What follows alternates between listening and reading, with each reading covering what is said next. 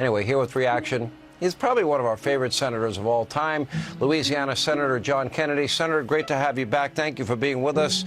Well, there's a new sheriff in town, and, you know, we actually believe in liberty and freedom and limited government, Senator, and if people want a gas-powered vehicle, I think they should be allowed to have one.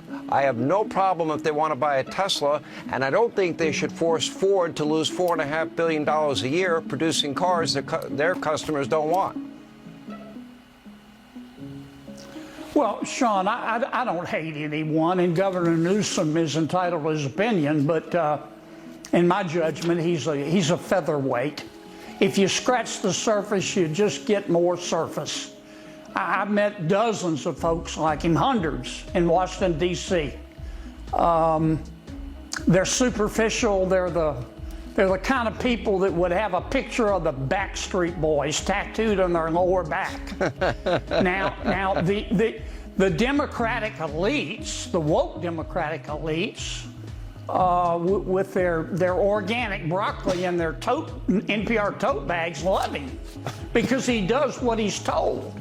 But his ideas are goofy. Take the electric vehicles. Governor Newsom and others convinced President Biden and Vice President Harris to use billions of taxpayer dollars in subsidies and dozens of government mandates to force our automobile manufacturers to make electric cars. But the American people won't buy them. So the car manufacturers have shed thousands of jobs and they're going broke. It's higher degree stupid.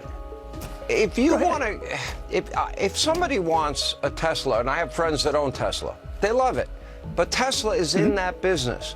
But when you force companies to build cars that their customers don't want, like Ford, they lost $4.5 billion. That takes away high-paying career jobs. Okay.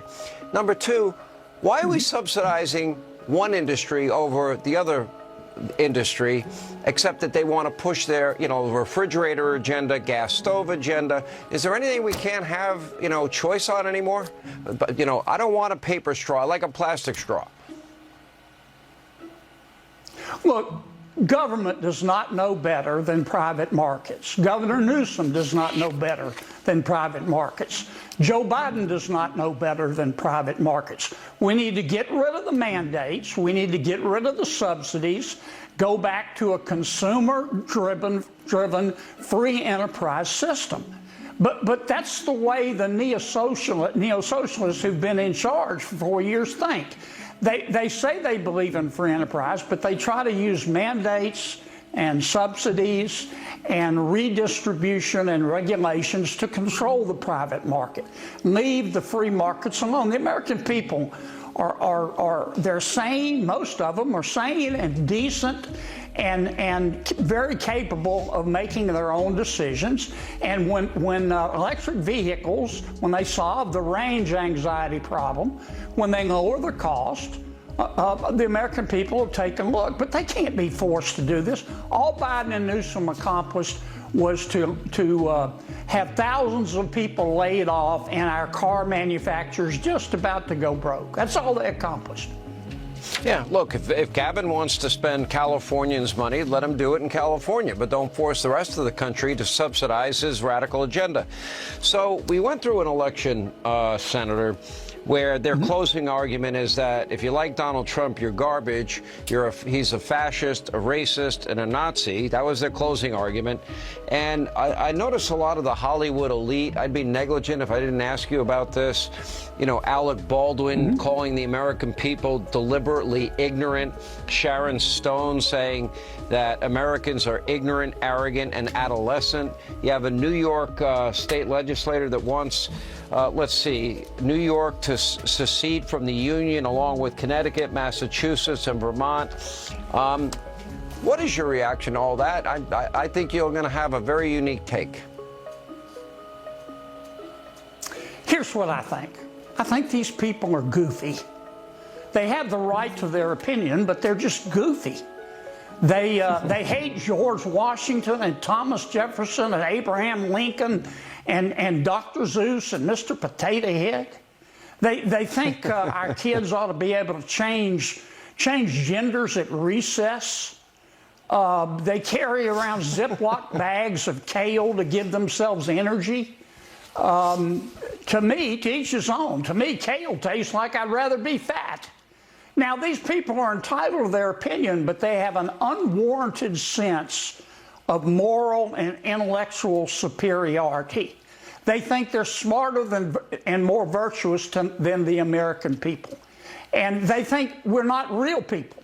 But we were, and we are real people. And in this last election, we got real mad. And we sent a message clearly, unequivocally. And my message to all my friends and my enemies in America is happy Thanksgiving and stay deplorable, my friend. But they are a bunch of pompous ass. They are arrogant elitists, and they really do look down on the people that make this country great. And they're out of touch. Well, they're entitled, Sean, they're entitled to their opinion, but we're entitled to ours.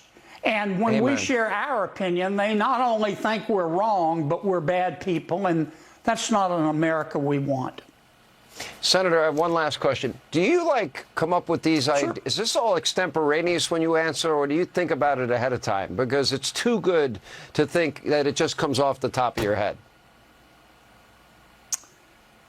Sean, this is how the good Lord made me. I have the right to remain silent, but not the ability. And I don't know whether it's divine inspiration or the devil's making me do it, but it just comes out of me.